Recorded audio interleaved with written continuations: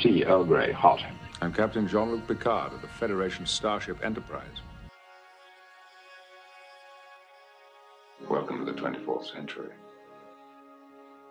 But you can't deny that you're still a dangerous, savage child race. Most certainly I deny it. I agree we still were when humans wore costumes like that 400 years ago. Which time you slaughtered millions in silly arguments about how to divide the resources of your little world. And 400 years before that, you were murdering each other in quarrels over tribal god images. Since then, there are no indications that humans will ever change. But even when we wore costumes like that, we'd already started to make rapid progress. Oh, yeah? You want to review your rapid progress?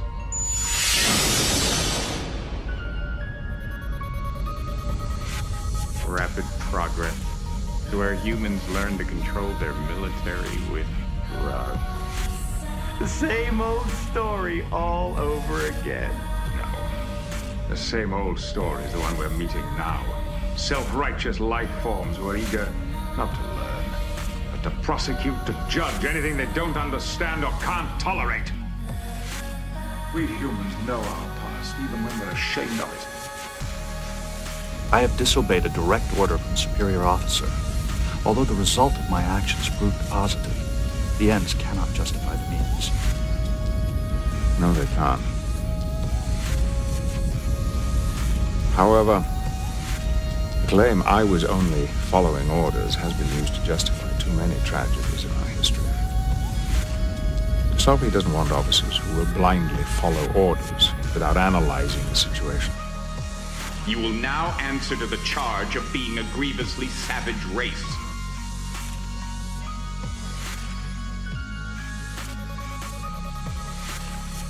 Hey, Dix, what gives with this guy? He's not from around here, is he? No, he's not. He's from South America.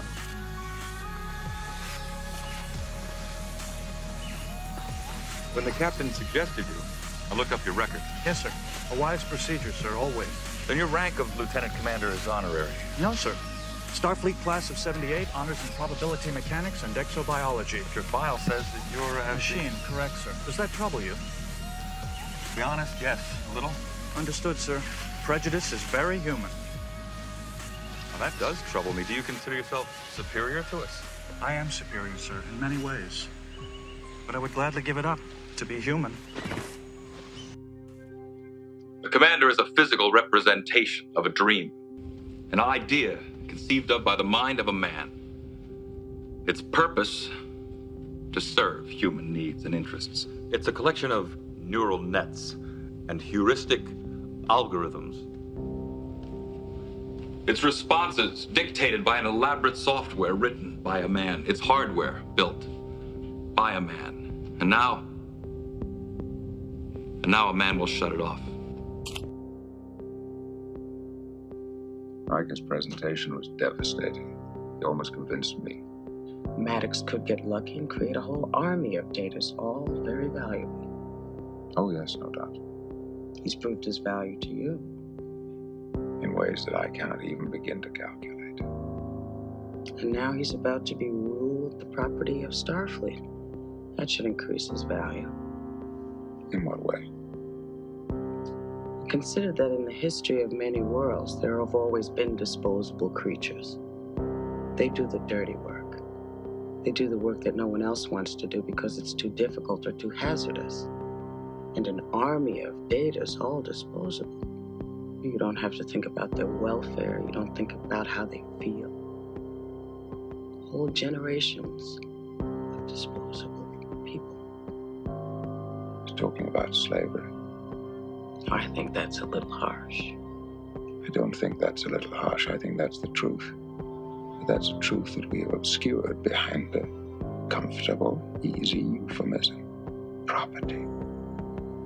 We too are machines, just machines of a different type.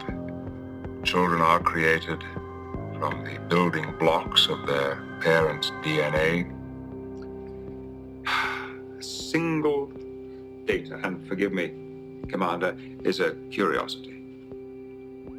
A wonder even with thousands of datas. Isn't that becoming a race?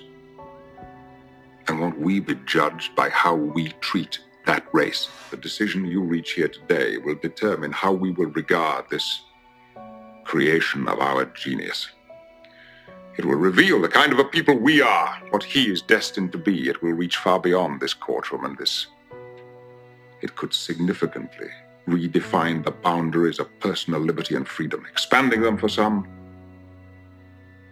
savagely curtailing them for others. Are you prepared to condemn him and all who come after him to servitude and slavery? He's not simply an android. He's a life form, entirely unique. Data is not human. He is different, yes. But that does not make him expendable or any less significant. No being is so important that he can usurp the rights of another.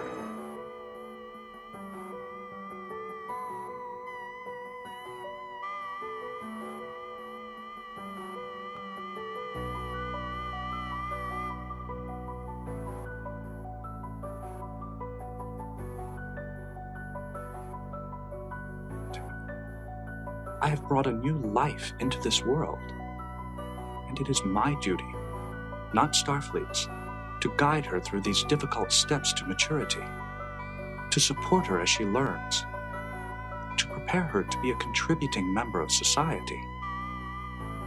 No one can relieve me from that obligation, and I cannot ignore it. I am her father.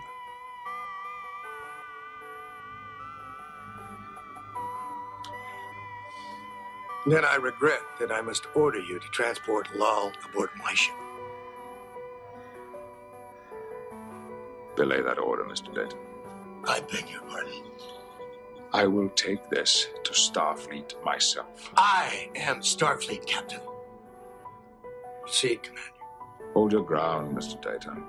Captain, you are jeopardizing your command and your career. There are times, sir, when men of good conscience cannot blindly follow orders. You acknowledge their sentience, but you ignore their personal liberties, freedom. Order a man to hand his child over to the state. Not while I'm his captain. Beverly, the Prime Directive is not just a set of rules. It is a philosophy, and a very correct one. History has proved again and again that whenever mankind interferes with a less developed civilization, no matter how well-intentioned that interference may be, the results are invariably disastrous. Admiral, centuries ago, these North American Indians were forcibly displaced from their ancestral lands. These settlers on Dorvan 5 originally left Earth more than 200 years ago in order to preserve their cultural identity. You see, Admiral, there are some very disturbing historical parallels here. Once more, they are being asked to leave their homes because of a political decision that has been taken by a distant government. We're out here to explore, to make contact with other life forms, to establish peaceful relations, but not to interfere. And absolutely not to destroy. Have we become so fearful? Have we become so cowardly that we must extinguish a man because he carries the blood of a current enemy? Admiral, let us not condemn because of their bloodlines or investigate others for their innocent associations. You know, there are some words I've known since I was a schoolboy. With the first link the chain is forged, the first speech censured, the first thought forbidden, the first freedom denied, chains us all irrevocably. It's wisdom and warning. The first time any man's freedom is trodden on, we're all damaged. The seventh guarantee is one of the most important rights granted by the Federation. We cannot take a fundamental principle of the Constitution and turn it against a citizen. Sir, the Federation does have enemies. We must seek them out. Oh, yes. That's how it starts. The road from legitimate suspicion to rampant paranoia is very much shorter than we think. Something is wrong here, Mr. Walker. I don't like what we have become. Matter of internal security. The age-old cry of the oppressor.